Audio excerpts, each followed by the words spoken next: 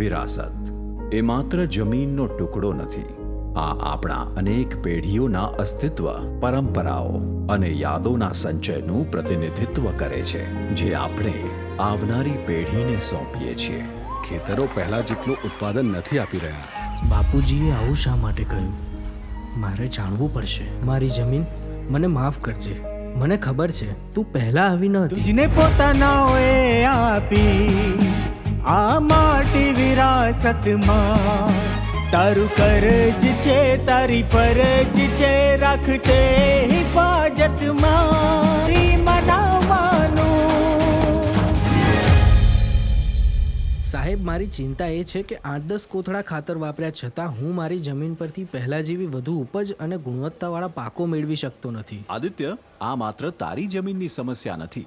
જુઓ, મેં એક હાથમાં માટી લીધી છે. આ જમીનની માટી નિર્જીવ છે. હા, માટી તો નિર્જીવ છે, આ સૌને ખબર છે. જમીન એક જીવંત વસ્તુ છે. આ હાથમાં લેવામાં આવેલી માટીમાં 5000થી વધુ પ્રકારના સૂક્ષ્મજીવો છે, જેમની સંખ્યા દુનિયામાં માણસની સંખ્યાથી પણ વધુ છે. આ સૂક્ષ્મજીવોની સંખ્યા સીધી રીતે જમીનમાં ઓર્ગેનિક કાર્બનના સ્તર પર આધાર રાખે છે. ઓર્ગેનિક કાર્બન ઓર્ગેનિક પદાર્થનો એક ભાગ છે. જમીનમાં હાજર ઓર્ગેનિક કાર્બન માનવ શરીરમાં હિમોગ્લોબિનની જેમ હોય છે. જમીનમાં ઓર્ગેનિક કાર્બનના ઉપયોગથી વિવિધ લાભો જોવા મળે છે, જેમ કે લાભદાયક સૂક્ષ્મજીવોના જનસંખ્યામાં વધારો થાય છે, પાણીમાં વધારો થાય છે, 1% જૈવિક પદાર્થમાં વધારો જમીનના પાણીની ક્ષમતામાં 5 લાખ લીટર પ્રતિ હેક્ટર સુધી વધારી શકે. જમીનની વાયુ મિશ્રણ સુધારે છે. વધુ હવા મળવાથી છોડને પાણી અને પોષણ સરળતાથી મળી શકે છે.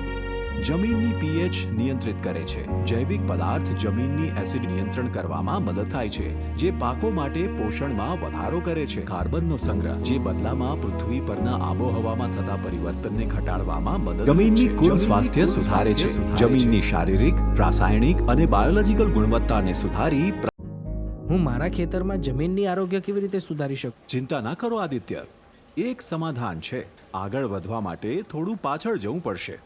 તો આનો ઉપાય શું છે? તમારા નવા પ્રશ્નનો જવાબ અહીં છે. ખેતરમાં ઓર્ગેનિક ખાતરોનો ઉપયોગ કરો. રાસાયણિક ખાતરોનો ઉપયોગ કરતા પહેલા ઓર્ગેનિક ખાતર લાગુ કરવું જોઈએ.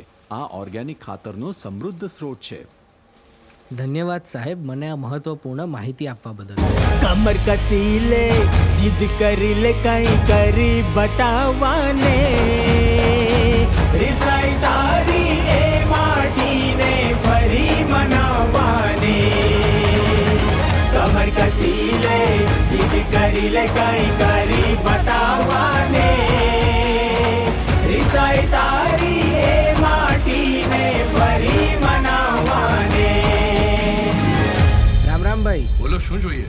મને ઓર્ગેનિક. બેટા, ખેતીનું કામ કેવું ચાલી રહ્યું છે? હા બાપુજી, સારું ચાલી રહ્યું છે. તો હવે આપણે શું કરવું જોઈએ? બાપુજી, આપણે હવે આગળ નહીં, પાછળ જવું પડશે. ત્યારે જ આપણે આગળ વધી શકશું.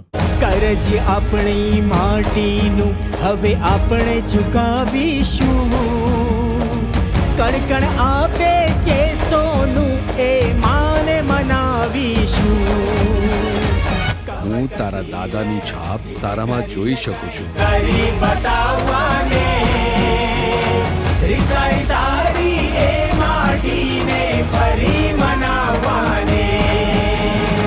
કમર કસી લે, જીદ કરી લે, કઈ કરી બતાવવાને. રિસાઈ તારી એ માટીને ફરી મનાવવાને.